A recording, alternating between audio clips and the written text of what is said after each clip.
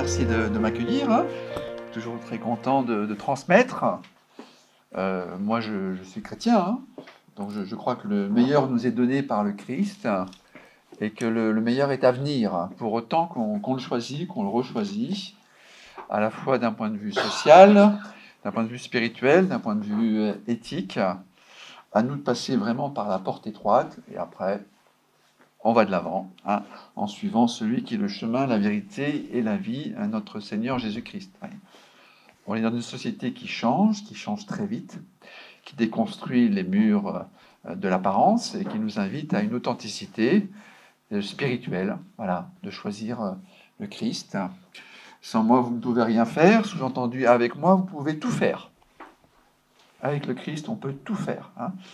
Et l'Église est dans le Christ comme le sacrement du salut. Mais l'Église sans le Christ, il n'y a pas de sacrement du salut. Voyez. Donc nous, on est fait pour vivre comme des ressuscités, c'est-à-dire comme des êtres sauvés, régénérés par le Christ. Et cette régénération christique, au cœur même de notre vie quotidienne, si on le choisit, hein, si on le rechoisit, ouais, nous ouvre une perspective d'avenir heureuse. Voilà. Le meilleur est devant pour celui qui marche à la suite du Christ. Alors cette réflexion fondamentale, bien sûr, elle a son incidence sociale. Nous, on va réfléchir sur l'incidence sociale aujourd'hui. Voilà. La doctrine sociale de l'Église, le personnalisme social, qu'est-ce que ça veut dire? Mais tout ça, ça présuppose notre foi, hein. Le Christ vient irriguer par sa grâce, par sa présence, par sa vie de ressuscité, hein, le genre humain. Et le but de l'éthique sociale, c'est l'unité du genre humain à partir du don de Dieu, de sa présence, du don de Dieu par la création, qui est donnée à tout le monde, même aussi aux non-chrétiens. Alors on va réfléchir sur tous les fondamentaux de la doctrine sociale, de l'éthique sociale catholique. C'est un sujet maintenant, on a la chance, maintenant, notre génération, depuis une dizaine d'années, on pourrait dire que les choses ont été bien travaillées du point de vue synthétique, du point de vue des résumés, du point de vue... Voilà. Autrefois, c'était un petit peu compliqué quand même, moi, quand j'ai fait mes études, d'avoir une petite vision d'ensemble rapide et de se dire, attends, où est-ce qu'on va? Ça va aller dans tous les sens. Maintenant, ça va dans une perspective qui est très claire, hein. Je me suis permis de vous faire donc un résumé, hein. Vous avez un résumé, on va aborder essentiellement ce résumé, mais on va d'abord, je dirais, mettre en perspective ce résumé. La perspective, c'est la vie, c'est la croissance de la vie. Voilà. Je suis venu pour que vous ayez la vie en surabondance. Donc, derrière ce point de départ de l'éthique sociale, c'est-à-dire le respect de la personne, est le centre et le sommet de toute réalité économique et sociale. Voilà. Ça, c'est le point de départ. Voilà. Le respect intégral de la personne. La personne accueillie dans son unicité, elle est unique. On est chacun d'entre nous unique. Voilà. Mais on est fait pour grandir dans cette unicité, et une unicité, une singularité qui grandit, on s'aperçoit qu'elle grandit dans la capacité d'unité. Elle fait œuvre de rassemblement, elle fait œuvre de communion, elle fait œuvre de fraternité. Donc quelqu'un qui va se construire de manière authentique, à partir de sa liberté, à partir de son libre choix, à partir de son désir, si il continue intégralement à vivre et à répondre à l'appel de la vie par ses choix personnels, il va découvrir qu'il est fait pour construire une commune unité, une communauté, une communion. Voilà. Et là, on a cette tension fondamentale de l'éthique sociale, partir de l'unicité des personnes. Et aujourd'hui, on a une époque qu'on appelle la postmodernité, qu'on appelle l'hypermodernité, qui a ce sens aigu, parfois trop aigu, hein, de l'éthique, de la singularité des personnes. Vous voyez, tout est singulier. Tout est singulier, aujourd'hui, tout est singulier. Les personnes sont comprises à partir de... La liberté est comprise à partir de son individualité. Voilà. Et là, il y a quelque chose qui est quand même intéressant. Il faut entendre ça, surtout pour la génération Z, la génération qui sont nés après 95, hein, cette jeune génération qui est née avec un écran dans la poche, voilà, hyper modernité, la notion de singularité. Ben nous, on croit que le Christ va accomplir cette liberté, il va nous rendre vraiment libres. Voilà. Et donc la notion de liberté individuelle, c'est bien de l'accueillir, mais de la mettre en perspective, dans une perspective de croissance, de vie. Ce qu'on appelle un personnalisme intégral, un humanisme intégral, un humanisme intégré, c'est-à-dire quelqu'un qui se construit. Aujourd'hui, on s'aperçoit que les gens sont un petit peu désintégrés, quoi, je dirais. Les jeunes, ils vont un peu dans tous les sens, ils ont la pensée, ils vivent un petit peu dans un monde parallèle qui est celui de leurs écrans. Hein. Vous savez qu'aujourd'hui, un jeune, et un gars de 40 ans, vit 9 heures par jour devant un écran. Peut-être un peu moins en Lozère que dans les métropoles d'équilibre, mais c'est la moyenne française, 9 heures par jour. Un enfant de 3 ans vit 3 heures par jour devant un écran, aujourd'hui. Un enfant de 10 ans passe 2,5 fois plus de temps devant son écran que devant ses parents, ses amis, ses éducateurs réunis. Un monde parallèle. Les écrans nous emmènent dans un monde parallèle. On parle d'accélération du monde aujourd'hui. Donc, moi, j'ai réfléchi là-dessus. Hein. Je vous ai amené mes petits bébés. Hein.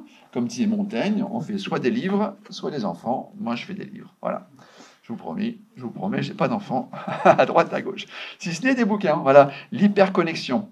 Bien comprendre le moment culturel dans lequel on est aujourd'hui et de comprendre comment les écrans, le monde de la technologie, je dirais, qui est en soi neutre, qui est intéressant, mais je dirais dans l'impact peut détruire.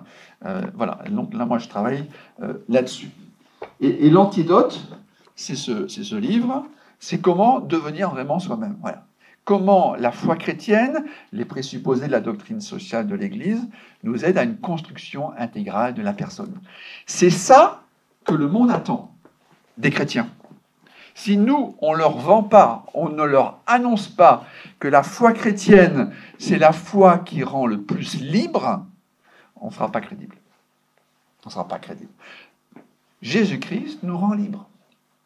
Notre humanité, dans son épaisseur, épousée par la grâce, nous rend vraiment libres, nous remplit profondément. Et si on est rempli profondément de Dieu, de nature, de grâce, de belles relations, on ne va pas compenser sur les écrans pour remplir un vide qui va en s'accroissant. Alors, vous voyez, le point de départ, c'est ça. Hein, le point de départ, hein, comme je le mets sur le petit résumé, donc vous avez sur la première page, c'est donc ce respect intégral de la personne, donc c'est la construction intégrale de la personne. Voilà. Et nous sommes comme convoqués à être des experts en humanité. Hein. Paul VI disait, l'Église catholique est experte en humanité. Bah, que nous, chrétiens de base, hein, que nous puissions nous aussi être des promoteurs de cet humanisme intégral, intégré, que nous puissions être experts en humanité, que nous sachions comment ouvrir des voies pour unifier les personnes, pour aider les personnes à unifier leur vie. Et le principe unificateur de la vie, voilà, celui qui se fait infini, fini pour nous, pour notre salut, il n'y a que le Christ. Voilà. Bien sûr, il y a le Christ, la grâce qui visite notre humanité, il y a une belle humanité en nous, mais c'est cette jonction-là, voilà. Aider les gens à retrouver cette intériorité, cette profondeur. Oui. Alors, en quatrième, regardez, en quatrième, j'aurais pu le mettre en deuxième, mais là je l'ai mis en quatrième, vous avez ce schéma de synthèse de la dynamique de la croissance de la personne pour l'Église catholique. Rien que ça. Rien. Vous voyez, c'est formidable. Là, maintenant, on arrive à faire les choses très simplement à partir donc de l'enseignement de l'Église, ce qu'on appelle une anthropologie théologique, une anthropologie éthique. Voilà. Il faut bien respecter d'abord les consciences. Tout au fond de nous-mêmes, nous avons une petite voix qui nous parle, qui est au cœur de notre conscience, qui nous parle d'un chemin profond, un chemin de profondeur qui nous indique un chemin du bien et du bien ultime qui est même Dieu. Voyez. Au fond de nous-mêmes, il y a déjà tout ça. Il y a une aspiration. Toute la création aspire à la gloire des fils de Dieu, hein, dit saint Paul en Romains 8-9. Toute la création. Au fond de nous-mêmes, nous aspirons à quelque chose de grand, de très grand. Et tout le monde veut quelque chose de très grand, d'infini. La question, c'est où est-ce qu'on va trouver la satisfaction de cet infini? Ben, si on ne la trouve pas dans le Christ, on va la trouver dans des déformations de l'infini, que sont les écrans, que sont le pouvoir, le sexe et tout ce que vous voulez. Et la consommation en série. On cherche de l'infini. Tout le monde cherche de l'infini. Et nous, en Jésus-Christ, vivant, au cœur même de notre baptême, nous avons ce trésor qui est déposé, qui est là. Il suffit, comme une bouteille de parfum, ben, si elle est toujours fermée, il n'y aura pas les bonnes odeurs du Christ. Il nous faut ouvrir le parfum. Vous savez, les abeilles ne se laissent pas attirer par des parfums artificiels. Ben nous, on veut faire du miel. Et ben, c'est en allant vers les bonnes odeurs de la nature profonde, la nature environnementale, la nature humaine, révélée en plénitude en Jésus-Christ, que nous ferons le miel du salut, de la bonne nourriture, ce qui va vraiment nous rassasier en profondeur. Alors, vous voyez, sur ce petit schéma, qui est un chemin aussi, tiens, c'est intéressant de voir la dynamique. Recevoir, intégrer, se donner, rassembler. Voilà. Recevoir. Apprendre aux gens à recevoir, à se taire, pour écouter. Écouter la présence de Dieu. Voyez. Écouter la présence de Dieu qui est déjà là au fond de la nature humaine, qui est là d'abord dans la parole de Dieu, dans l'évangile surtout, qui est là bien sûr dans la présence réelle eucharistique, dans les sacrements. Voyez. Goûter cette présence. Voyez. Accueillir au présent la présence comme un présent. Voilà la guide, voilà le phare, voilà la direction, voilà le mouvement. Tout part de là. Moi, j'aime bien dire aux gens, pour les motiver un petit peu à prier, hein, tu pries un quart d'heure, tu as gagné 1 heure. Le facteur 4. Vous priez 1 heure, vous avez gagné 4 heures. Vous priez 2 heures, vous avez gagné 1 journée.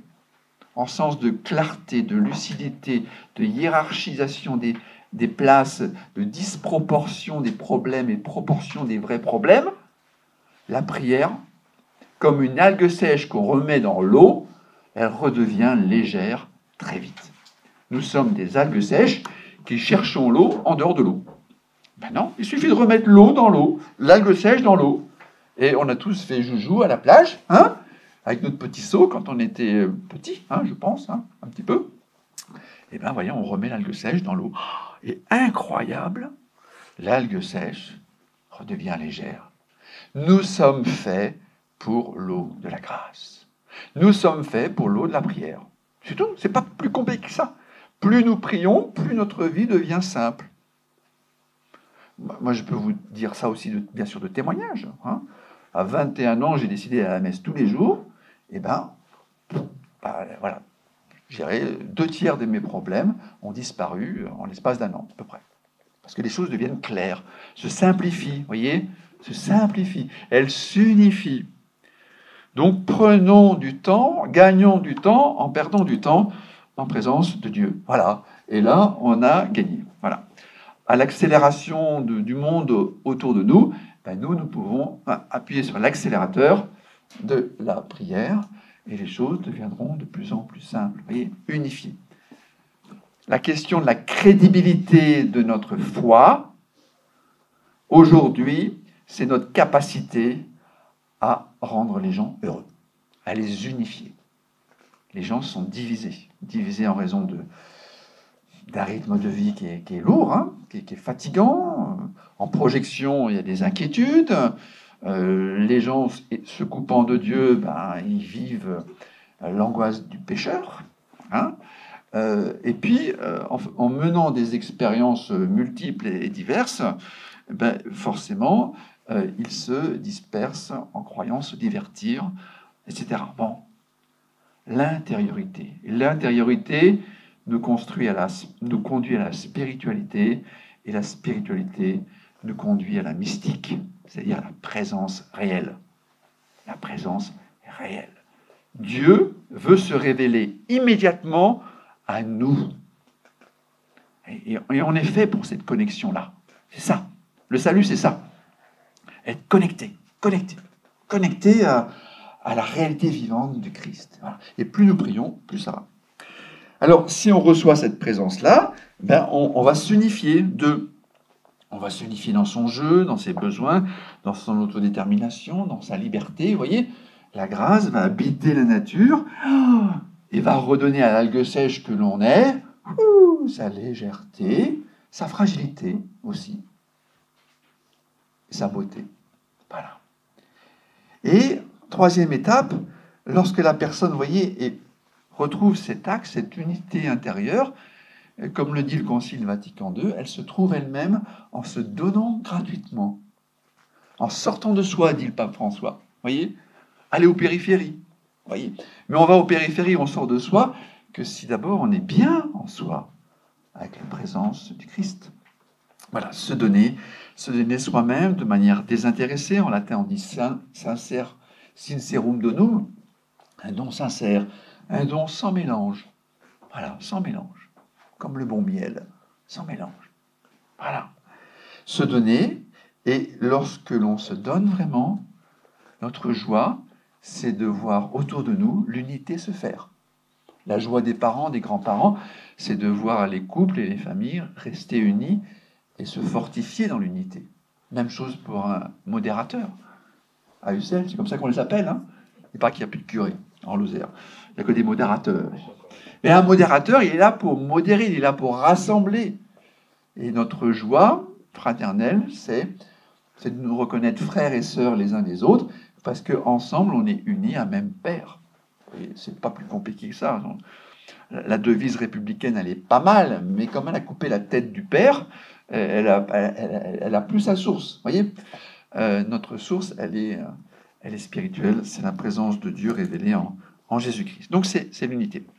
Tout ça, c'est pour vous donner des petits exemples de comment accompagner un processus de croissance d'une personne. Intériorité,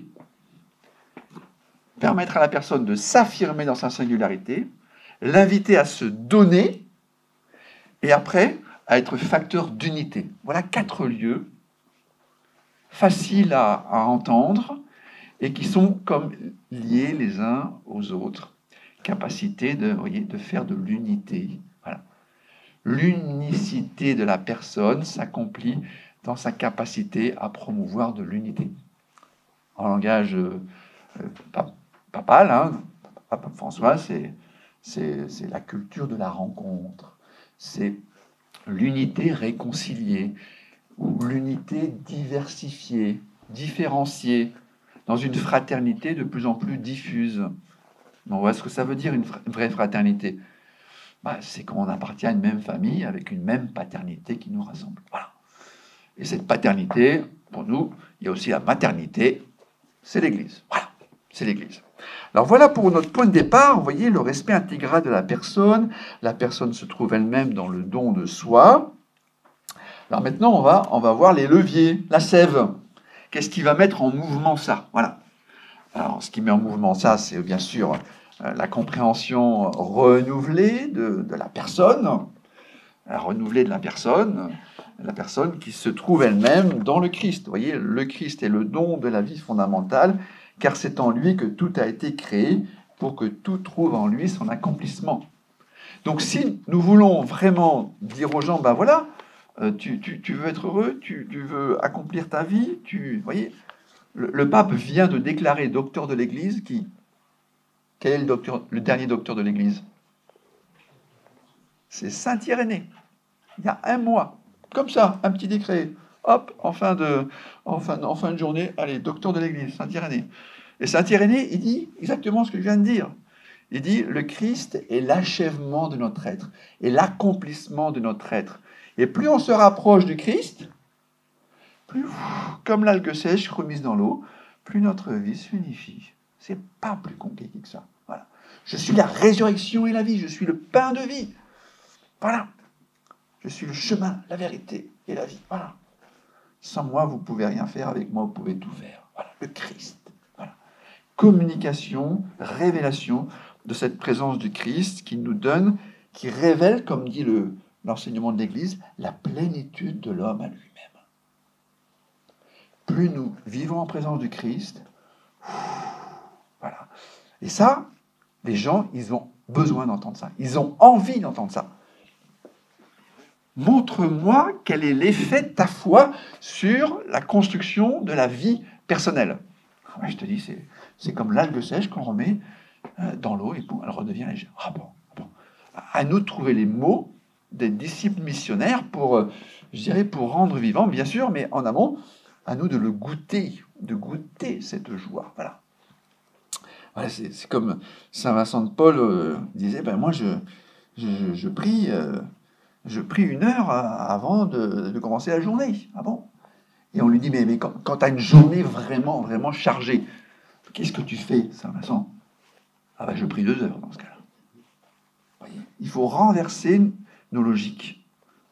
Plus nous voulons gagner du temps, plus il nous faut perdre du temps en présence de Dieu. Est-ce que le Christ est l'alpha et l'oméga de notre vie? Alors bien sûr, maintenant d'un point de vue, on pourrait dire social, puisqu'on a la qui, maintenant on a le fondement, cette compréhension, on pourrait dire intégrale de la personne, il nous faut donc promouvoir d'un point de vue sociétal, voilà, cette dynamique, ce personnalisme communautaire, cette construction intégrale de la personne en tant qu'elle est facteur d'unité, de communion, de unité autour d'elle-même. Alors, il y a 5 leviers principaux. Le premier, c'est bien sûr le bien commun. Le bien commun. C'est le bien de tous et de chacun. Benoît XVI disait, c'est le bien de nous tous. Voilà. C'est le nous tous. Voilà. Une belle salle, dans un bon presbytère. Voilà. C'est un bien commun. Tout le monde y a accès, ou presque. Et puis voilà, on est content.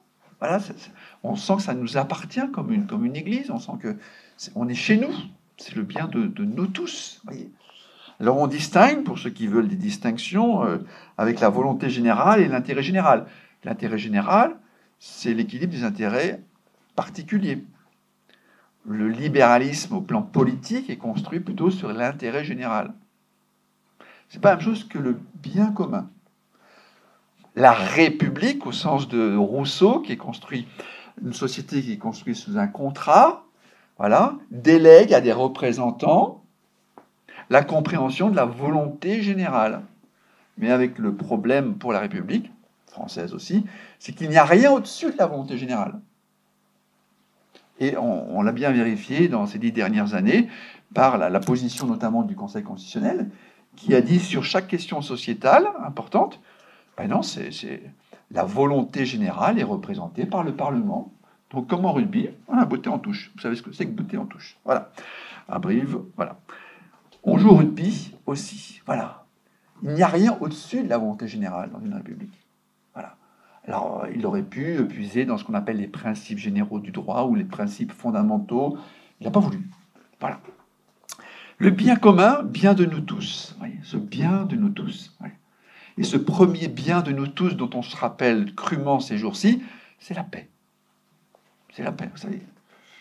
Au départ, souvent, je présente l'éthique sociale avec une poupée russe. J'avais vraiment pas à cœur d'amener une poupée russe. Voilà, parce que tout s'emboîte dans une poupée russe. Non, ça, en ce moment, on a tous le cœur déchiré. Voilà, parce que on est dans une phase de fragilité sociétale, continentale. On se dit, voilà, la paix. Le premier bien commun, c'est la paix. C'est aussi les smartphones qui sont éteints. Le silence, voilà, c'est un bien commun. Hein, c'est comme à l'église. Hein, voilà. Le silence. La qualité de silence. Voilà. Alors, le bien commun. La destination, deuxième, la destination universelle des biens. Alors là, je vous parle au portefeuille. Voyez. Ah, on a besoin de parler au portefeuille des gens. Quelle est la conception de l'argent pour l'Église catholique? Voilà. Et on peut résumer ça dans cette phrase. Votre argent ne vous appartient pas. Votre argent vous a été confié pour le bien du plus grand nombre. Bien sûr, en partant des priorités. Respect de soi, le couple, la famille. Mais ultimement, nous sommes tous frères et sœurs et responsables de tous les autres. Tiens, puisque nous sommes frères et sœurs en humanité, dans une même famille humaine, bah oui, dans une famille, celui qui est dans la dèche, ben, on va essayer de le soutenir.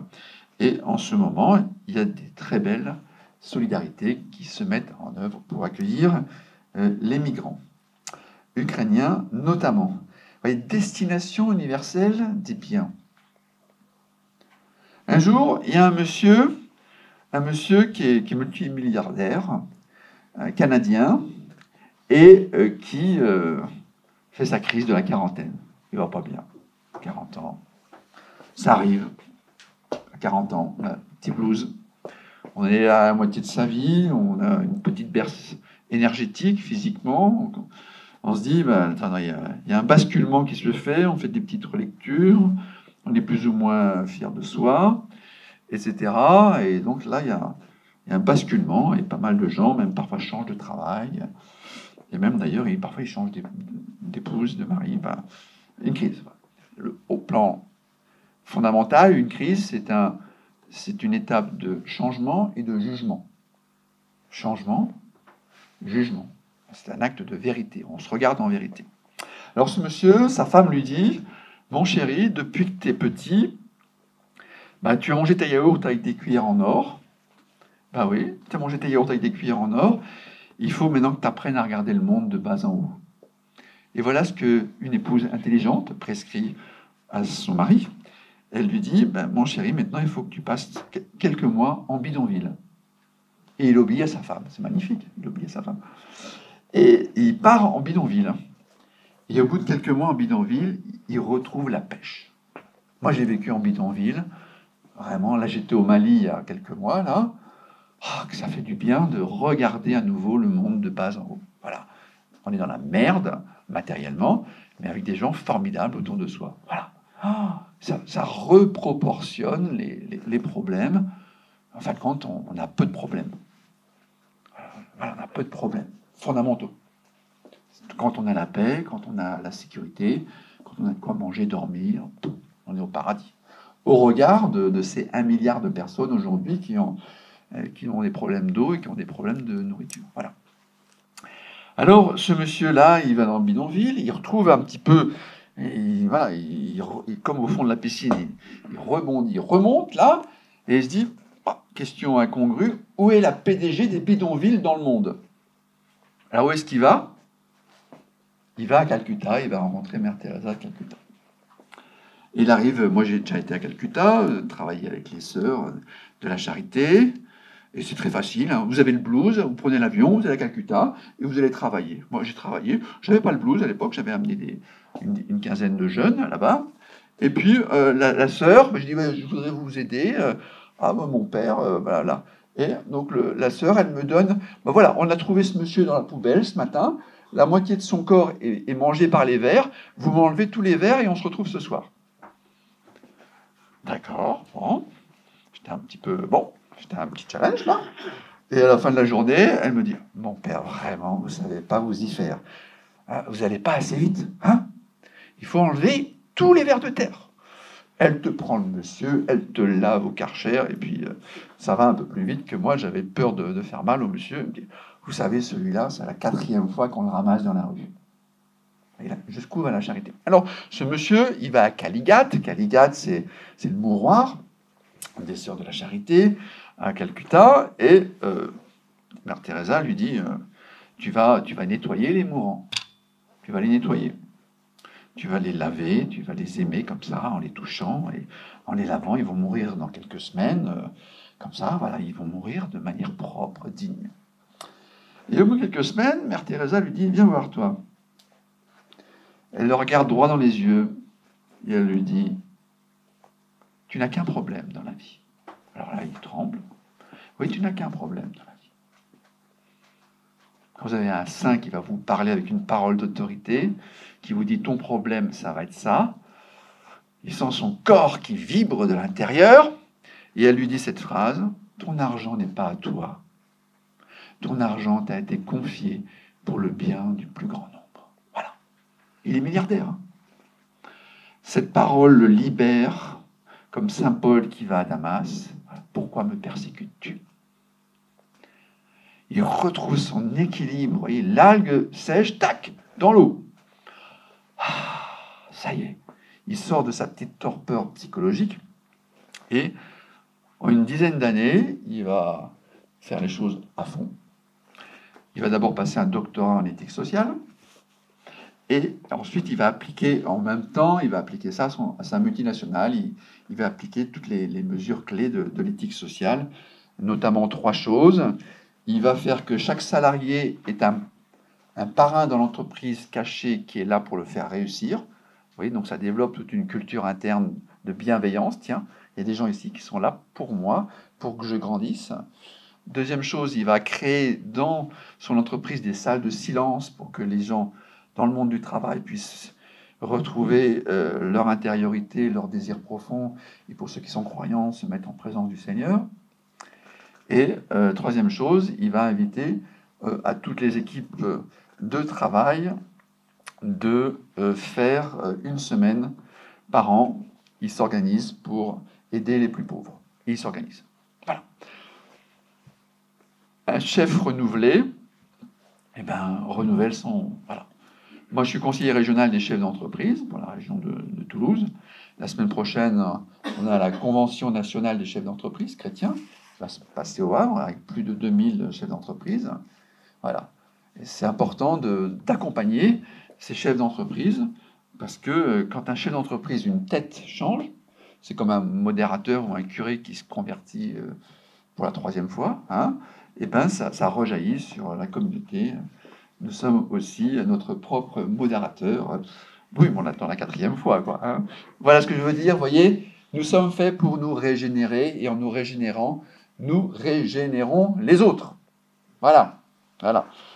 Un triste saint est un saint triste. Voilà. Donc, il nous faut être un saint heureux, et nous rendrons les gens heureux. Alors, le 3e levier, c'est la solidarité. Bien sûr, tout ce que nous avons reçu, nous sommes faits pour le donner. Voilà, nous sommes faits pour le donner en aidant les gens, les plus démunis autour de nous, à avoir plus aussi, pour être plus, mais avoir plus aussi. Il y a un principe sous-jacent qui s'appelle l'OPPP. Hein, ce n'est pas l'opération de prérogative de puissance publique, non, c'est l'option préférentielle pour les plus pauvres. Voilà. Voilà. Celui qui a moins est prioritaire. Voilà, c'est tout. Celui qui a reçu beaucoup, il est fait pour donner beaucoup. Les puissants seront jugés sévèrement, dit Jésus. Voilà. Notre parabole des talents s'applique aussi à nous. Quand on a beaucoup reçu, on est fait pour beaucoup donner. Et les plus pauvres, on sait généralement où ils se trouvent. Ils ne sont pas loin de chez nous, parfois à quelques pas de notre maison. Et le Christ nous invite à le voir, à le découvrir lui-même dans le plus pauvre. Alors, les plus pauvres, solidarité, partager. En France, on a une culture du partage. Oui. On a ce qu'on appelle une économie sociale de marché. C'est-à-dire une économie qui est liée à des droits sociaux, et puis plus largement qui est élargie au plan politique à une culture de partage. Vous voyez, on a plusieurs 60 milliards, je crois, chaque année, qui sont partagés entre les plus pauvres et les plus riches. Voilà. L'écart de richesse en France, avant redistribution des aides, entre les 20% les plus pauvres et les 20% les plus riches, c'est de 1 à 8. Après redistribution, c'est de 1 à 4. Oui, ça atténue. En France, on a une logique de partage. Bon, les 20% les plus pauvres vont vous dire, on n'a pas assez, c'est vrai. Ces 20%-là, les plus pauvres, ils n'ont pas d'argent un mois à l'avance. Ils n'ont pas d'argent un mois à l'avance. Voilà. Ils ont du mal à se chauffer. Ils se nourrissent mal. Ils se soignent mal.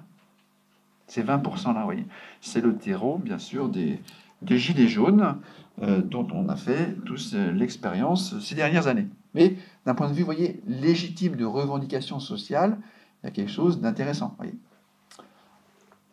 Alors, Le quatrième principe, c'est le principe de subsidiarité.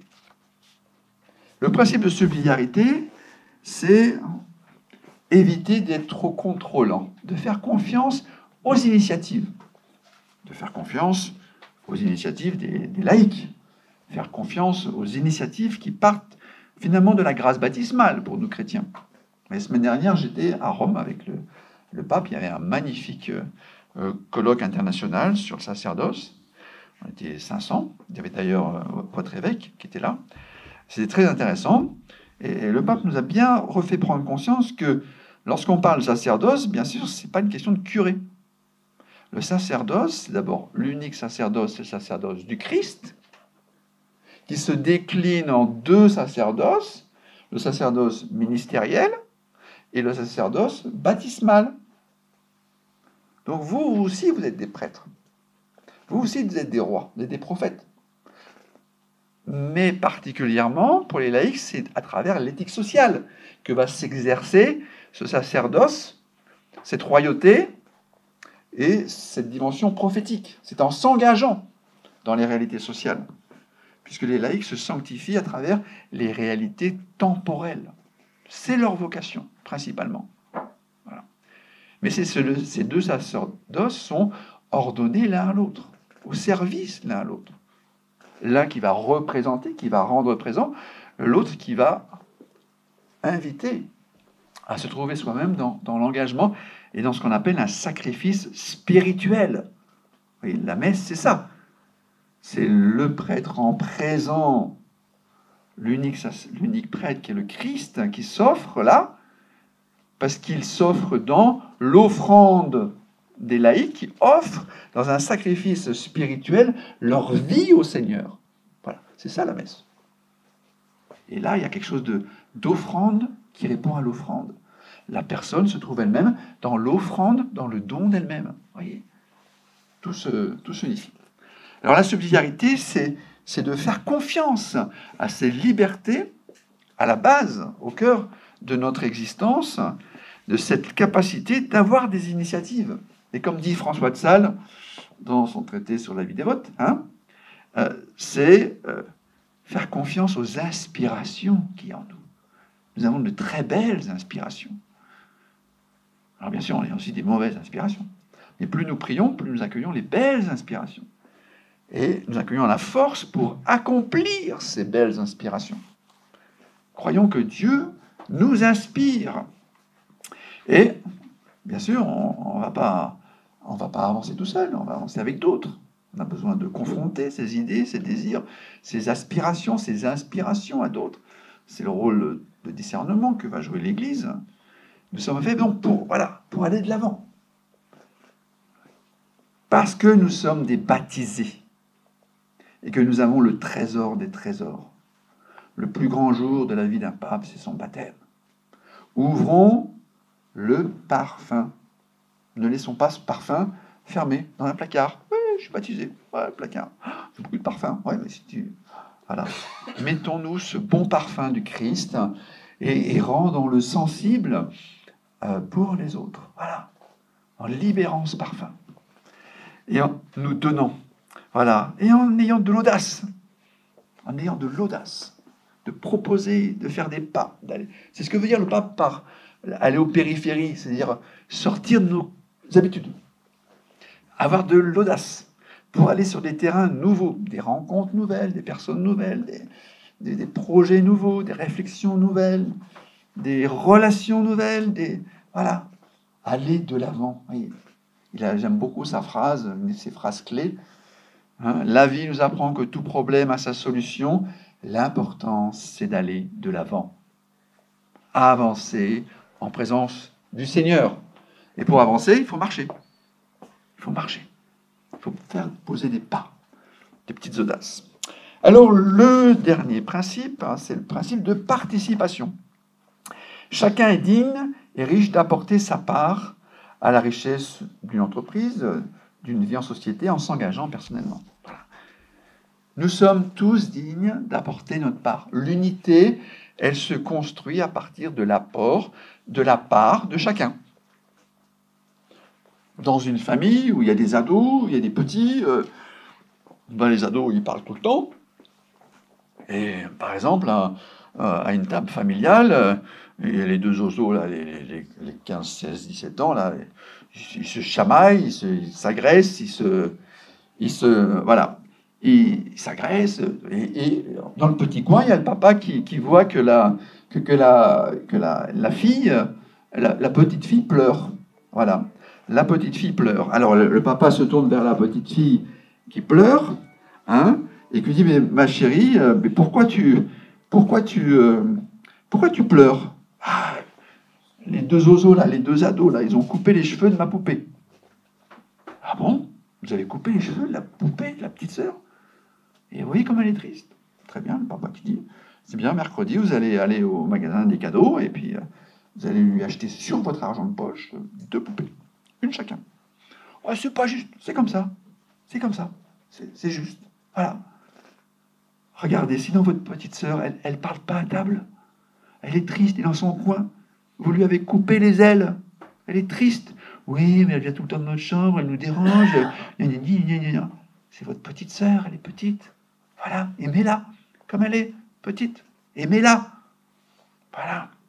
Nous sommes faits tous pour apporter notre part. Il y en a qui vont apporter des grandes parts, mais des petites parts. Chacun, nous sommes faits pour apporter notre part.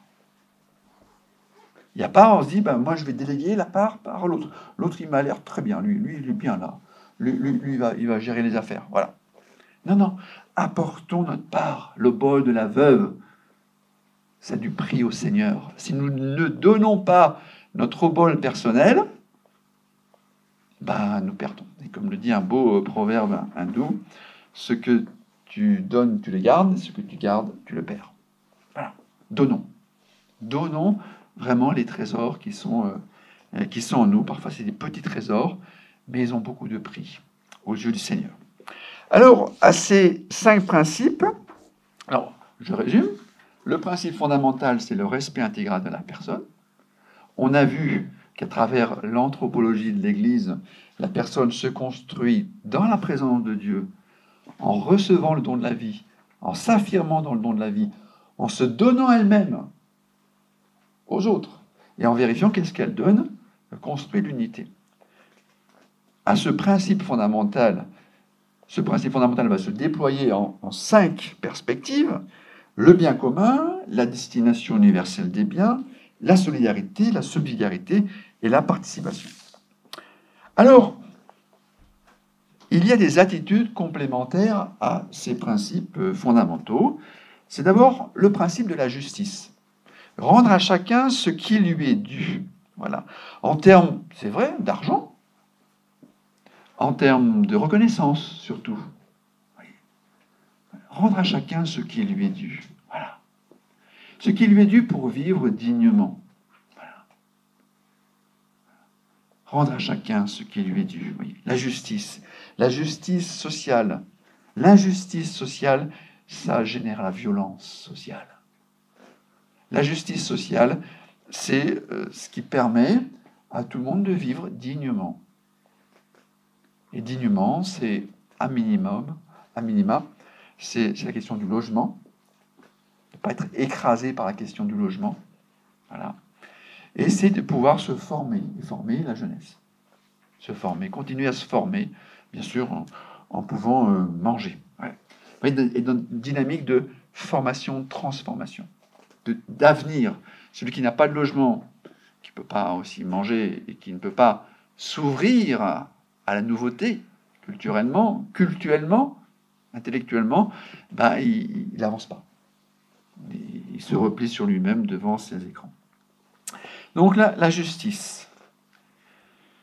La justice, elle est aussi financière. Oui. Les écarts patrimoniaux, les écarts salariaux en France ne sont pas énormes. Sont pas énormes. Mais ce qui est énorme, c'est les écarts patrimoniaux. Entre les 10% les plus riches et les 10% les moins riches en France, l'écart est de 1 à 300. Au plan salarial, c'est de 1 à 6, 7. C'est beaucoup, mais c'est moins que dans les pays hyper libéraux comme l'Angleterre et les États-Unis ou la Chine. Bon. Voilà. Donc la question de justice de donner à chacun ce dont il a besoin. La vérité, vous voyez, quelqu'un qui ment, on n'a pas confiance dans quelqu'un qui ment. Une fois, ça passe, mais 2 fois, c'est fini. Hein. Bah, moi, je suis assez strict là-dessus. Je sens que la personne ment. On ne construit rien avec quelqu'un qui ment. Voyez. En logique simple, le faux n'implique jamais le vrai. Ça n'existe pas. Le vrai peut impliquer le faux. Mais le vrai, seul, implique le vrai. Donc quelqu'un qui ment ne construira rien. Pour lui-même d'abord. Et bien sûr avec les autres. On ne pourra pas lui faire confiance. Donc la vérité, c'est vraiment le signe d'une parole tenue. Tenir sa parole. Et nous, on avons la parole de la parole. Dieu tient parole. La parole de Dieu, elle nous travaille aux entrailles. Elle nous traverse à la racine de notre être. Et plus nous prions la parole de Dieu, plus l'algue sèche redevient légère. Voilà. Prie. Et ça, vous voyez, en France, on peut pas se consoler, mais se réjouir. Depuis 30-40 ans, la parole de Dieu, elle est maintenant dans la vie des laïcs. C'est ça qui est magnifique. Et je pense que maintenant, on peut faire un pas en avant. Encore plus. Passer beaucoup plus de temps, chaque jour, avec la parole, dont le pape Benoît XVI dit « La parole, c'est le fondement du réel. C'est le fondement de notre devenir. » Et plus nous prions la parole, plus nous devenons vraiment nous-mêmes, parce que nous recevons notre vie en celui dont la parole s'est fait chair, le Christ. Et comme le dit Origène, le but de la vie, c'est de croiser 2 livres, le livre de la vie, la parole de Dieu, avec le livre de notre vie, notre histoire. Croisez les 2 dans une croix glorieuse. La vérité vous rendra libre. Et le Christ nous dit, je suis le chemin, la vérité et la vie. 3e attitude, la liberté. Alors là, on retrouve, vous voyez, le principe de subsidiarité, c'est-à-dire d'accompagner les initiatives de terrain. Mais ici, d'un point de vue social, vous voyez, notamment avec un mot qui est pas mal d'actualité dans le monde de l'entreprise, qui s'appelle l'assertivité. C'est un mot que beaucoup de gens ne connaissent pas. To assert, in English, c'est la capacité d'affirmer, de s'affirmer. Voilà. Et dans les relations sociales, c'est la capacité à être en face de quelqu'un qui n'est pas d'accord avec nous, mais de ne pas le manipuler, de ne pas le forcer, de ne pas d'exercer de rapports dominants sur lui, mais simplement d'accueillir. C'est-à-dire d'être capable d'être avec l'autre, différent, dans un climat de paix. Voyez. Tout cela, ça permet aux relations sociales de générer de l'unité, de générer de la fraternité. Quand l'autre se sent libre d'être avec moi dans son désaccord, ben ça va pouvoir ouvrir la voie de l'amour authentique. Tiens, il m'aime comme je suis. Il m'aime comme je suis. Voilà. Et c'est là où on retrouve le sommet de l'éthique sociale. C'est la charité. Alors la charité, c'est l'amour. On retrouve le présupposé de départ anthropologique. La personne se trouve elle-même dans le don de soi qui crée l'unité. Et l'Église dit que l'attitude qui rassemble finalement toutes les attitudes et tous les principes et le présupposé profond de respect intégral de la personne, c'est l'amour. Qu'est-ce que c'est que l'amour? C'est désirer le bien de l'autre. Désirer le bien de l'autre à partir de là où il est. Voilà. Et le pape François, qui n'aime pas trop les intellectuels, il n'aime pas les intellectualistes. Voilà. Il aime les intellectuels qui vont après mettre la main dans la pâte. Voilà. Alors, le pape François, il résume la posture pastorale, parce qu'il veut que toutes les réflexions se vérifient dans l'action pastorale. Et il a un acronyme, c'est-à-dire 4 lettres, qui résume sa posture pastorale. Je trouve ça génial. Voilà. Il dit, l'amour, c'est quoi au plan pastoral? C'est 1, accueillir tout le monde. A. Il parlera de Adai. A, accueillir tout le monde. Tout le monde est le bienvenu dans la maison du Seigneur. D. Discerner où est l'autre. Maintenant, on est tous différents dans nos cheminements, dans nos histoires, dans nos blessures, dans nos joies, dans nos peines, dans nos talents. Discerner là où je suis, dans mes humeurs aussi, tiens, aujourd'hui. Discerner où est l'autre. Adai, A-D-A, accompagner. Je me mets en posture de service, de croissance, accompagner les processus de croissance. Accompagner les processus de croissance. Oui. Et I, intégrer les autres. Approche inclusive. C'est-à-dire que j'intègre l'autre, qui est en situation parfois difficile, voire irrégulière, je l'intègre dans un groupe plus large. Je l'aide à sortir de lui-même en l'intégrant dans un groupe ecclésial, un groupe de rencontres, un groupe de relations. Voilà. Adai. Accueillir, discerner, accompagner, intégrer. L'amour est bien la finalité du point de vue donc de cette attitude pastorale. Le Verbe s'est fait chair. Nos idées, nos réflexions sont faites pour être incarnées. Seule la vie. Je suis la résurrection et la vie. Le Christ veut pour nous une surabondance de vie. Jean 10, 10. Et donc notre responsabilité, c'est tous les jours d'être facteur de croissance de la vie dans les réalités sociales. Dans les réalités sociales, alors à partir, je terminerai là-dessus, après on aura un échange fraternel autour de quelques questions, à partir de priorités. C'est là où on retrouve notre poupée russe. Ouais. Dernièrement, j'ai découvert la poupée japonaise. Vous connaissez la poupée japonaise ? Poupée russe, on comprend, c'est toutes les poupées qui s'emboîtent les unes des autres. La poupée japonaise, c'est la poupée que vous mettez debout, là, vous lui donnez un grand coup, et elle redevient debout. Elle a son centre de gravité à la base. Vous voyez ? Je trouve l'image très intéressante d'un point de vue de la résilience chrétienne, la capacité à rebondir, à retrouver notre forme, à retrouver la vie.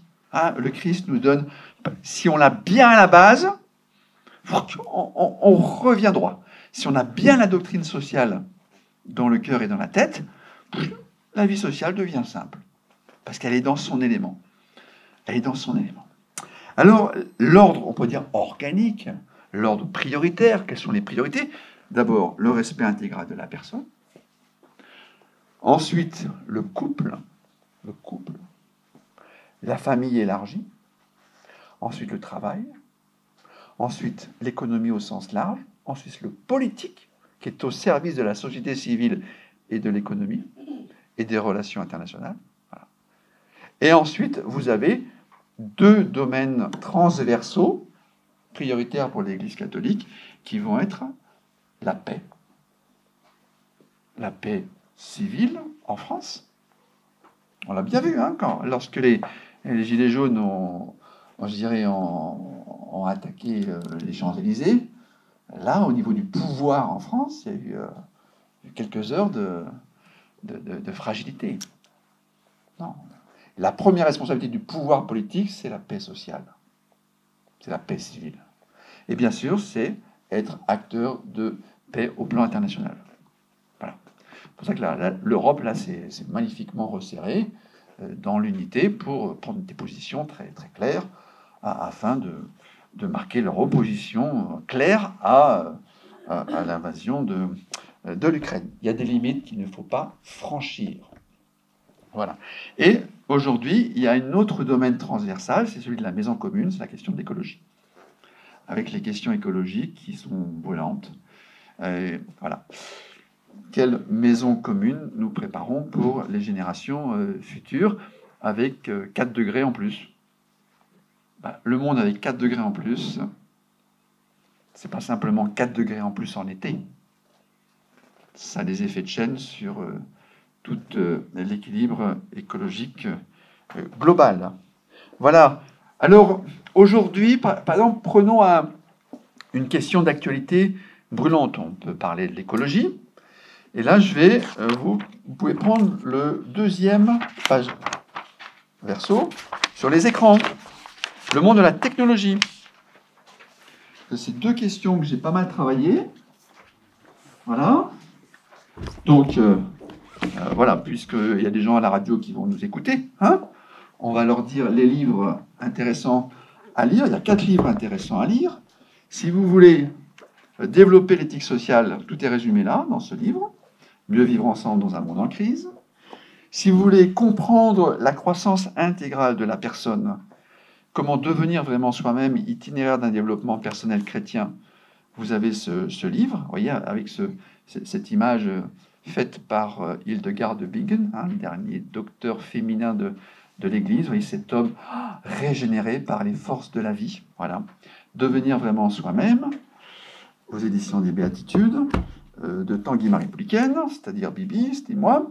Et puis donc vous avez aujourd'hui, vous voyez, le pape François dit que notre monde, il bascule. Il bascule dans un univers technologique.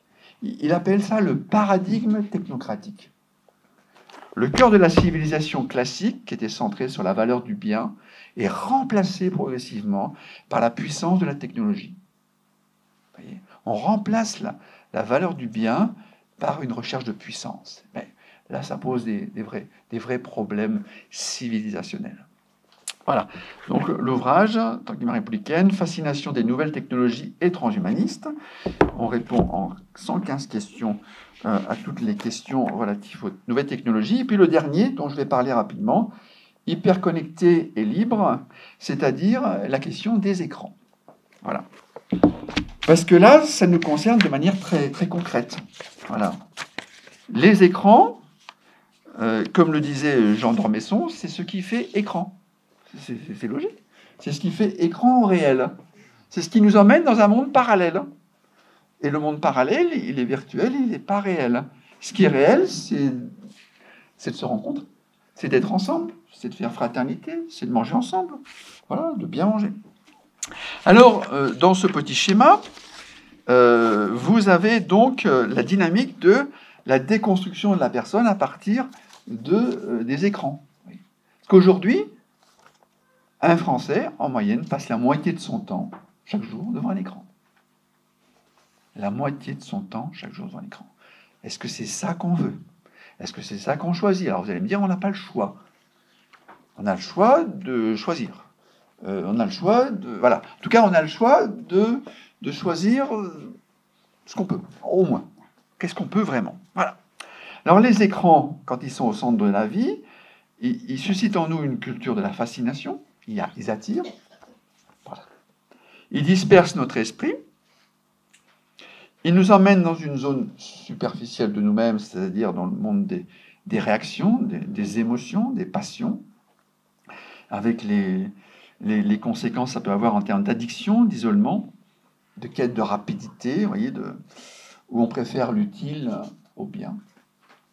Et ce qui a comme conséquence, d'un point de vue social, de construire des relations à faible qualité, de construire un être superficiel, des relations à basse fidélité, des discussions numériques, et puis de développer notre cerveau comme un cerveau disponible pour qu'on puisse consommer de l'information, des images, voire des pubs, pour reprendre la malheureuse affirmation de l'ancien PDG de TF1, dont on lui demandait, monsieur Lelay, je crois, dont on lui demandait, mais alors c'est quoi votre boulot à TF1? Et il disait, mon boulot, c'est de vendre du temps de cerveau disponible à Coca-Cola. Voilà, de mes auditeurs. Donc, vous voyez, toute une stratégie de capter l'attention pour qu'à un moment, bingo, vous puissiez être sous l'influence d'un monde libéral qui veut vous faire consommer le maximum de choses pour vous vider les poches. Et comme le dit le grand philosophe Jacques Ellul, grand philosophe des techniques, cité par Benoît XVI, l'écran est le moyen par lequel la personne vénère la technocratie et satisfait aux attentes de la société de consommation qui cherche à uniformiser les besoins et à intégrer parfaitement l'homme dans le système technicien. Alors, je conclus. Que voulons-nous vraiment? Voilà. en présence de Dieu, que voulons-nous vraiment? Quelle vision de l'homme voulons-nous servir? Quelle vision de la société voulons-nous servir? Mais tout commence par le point de départ, le point d'appui, le levier d'Archimède. Vous voyez, pour soulever la terre, il suffit d'un bon point d'appui. Et ce bon point d'appui, pour nous, c'est la communication de la présence de Dieu en Jésus-Christ. Voilà. Et plus nous sommes proches de Jésus-Christ, plus les choses vont devenir simples. Alors, pas de spiritualisme, pas d'intellectualisme. Non, il y aura comme une invitation de l'intérieur à prendre en main notre existence et, dans le monde social et dans le monde spirituel, voilà, d'être responsable, c'est-à-dire de donner une réponse à l'appel de la vie. Et c'est pourquoi on peut dire que le meilleur est à venir pour celui qui vit non seulement l'éthique sociale, mais qui vit l'éthique sociale en présence du Seigneur, en présence de Jésus-Christ. Je vous remercie. Voilà. Merci.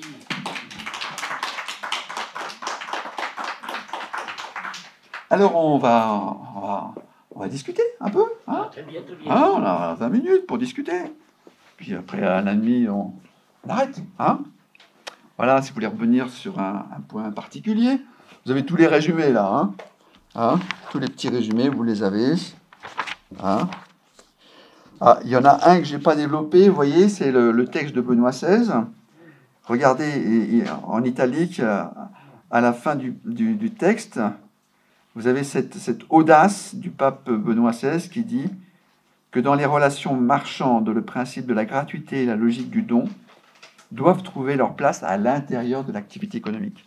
Le don gratuit, ce n'est pas simplement une affaire de presbytère, ce n'est pas une affaire sociale, c'est d'abord une affaire intégrale. On est fait pour le don gratuit. Don gratuit, voilà. Et un jour, je donnais un séminaire pour les grands chefs d'entreprise du Nord, vous voyez, des Calculons, Chantres, tous les propriétaires là, j'en avais une quinzaine. Et alors je les ai mis en petits groupes et je leur disais, mais quelle est la place du don gratuit dans votre entreprise? Alors, c'est des gens intelligents, hein, c'est des gens intéressants, intéressés, il y a beaucoup de chrétiens là-dedans. Et il y en a un vieux papy là, avec un bon nez, c'est un beau visage, magnifique. On sentait un homme vraiment imprégné par la bonté de la vie. Et il disait ça, c'était pas le plus gros en chiffre d'affaires. Il disait, moi c'est simple. Moi, quand j'ai des profits dans mon entreprise, je donne tout à mes salariés. Et ils me le rendent bien. C'est eux qui ont créé la valeur, je leur redonne. Je garde ce qu'il faut pour l'investissement de l'entreprise, mais je le redonne. Oui. Une manière d'exprimer qu'à l'intérieur de l'entreprise, il peut y avoir du don gratuit. Ou un autre exemple très simple que j'aime beaucoup, vous voyez, dans une entreprise, c'est un chef d'entreprise qui transmet son entreprise à sa belle-fille. Voilà, histoire donc vraie. Et à ce moment-là, le beau-père dit à sa belle-fille, oh, j'aimerais expérimenter quelque chose. Ça fait 30 ans que j'avais la tête sous l'eau avec l'entreprise. Maintenant que j'ai un peu moins, je te demande 3 mois pour faire une expérience. Et après, tu décides si tu la reconduis ou pas. Et l'expérience est la suivante, c'est une PME. Il y a des petites... donc il y a des ateliers. Et il met dans chaque atelier, au centre de l'atelier, une table, 2 tables comme ça. Et il y a marqué en dessous, mettez ce que vous voulez, prenez ce que vous voulez. Alors les syndicats se disent, mais c'est quoi ce truc-là? On n'a pas été consulté. Le patron dit, on fait une expérience et après on en parle. Et c'était simple. Alors évidemment, au bout d'une semaine, bon, les gens se sont apprivoisés avec cette table. Et au bout d'une semaine, voilà, tiens, il y a des gâteaux sur la table. Il y a marqué prenez ce que vous voulez. Les gens ils commençaient à manger le gâteau. Et à côté, il y avait un paperboard et il y a marqué de quoi avez-vous besoin?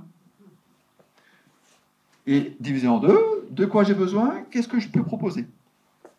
Il y en a un qui dit, moi j'ai besoin d'une tondeuse pour le week-end, j'ai besoin d'une scie sauteuse, j'ai besoin de ci, j'ai besoin de cela. Voilà. Et petit à petit, la table s'est remplie, surtout le lundi matin. Et en fin de semaine, le tableau s'était rempli. J'ai besoin pour le week-end de ça, de ça. Vous savez, c'est comme nos voitures. En France, l'utilisation moyenne d'une voiture, c'est 6%. Oui. Sous-entendu, quel est l'usage collectif de nos biens individuels? Oui, on est renvoyé à nous-mêmes. Voilà. Et donc, progressivement, les gens ont joué le jeu. Chacun pouvait apporter quelque chose, mettre à disposition. On pouvait faire ça dans une paroisse. Oui. De quoi j'ai besoin, de quoi je suis disponible, et on prête. Et puis, il y a un modérateur qui voit si les produits reviennent, voilà, et puis si l'offre et la demande circulent bien, etc. Et ça a régénéré l'entreprise, vous voyez. Il y a une culture interne de l'entreprise qui a été retravaillée par l'échange des dons gratuits. Et quand les gens se donnent gratuitement, reçoivent gratuitement, il y a un avant-goût de la vie trinitaire, la vie en Dieu, c'est ça. Voilà, voilà.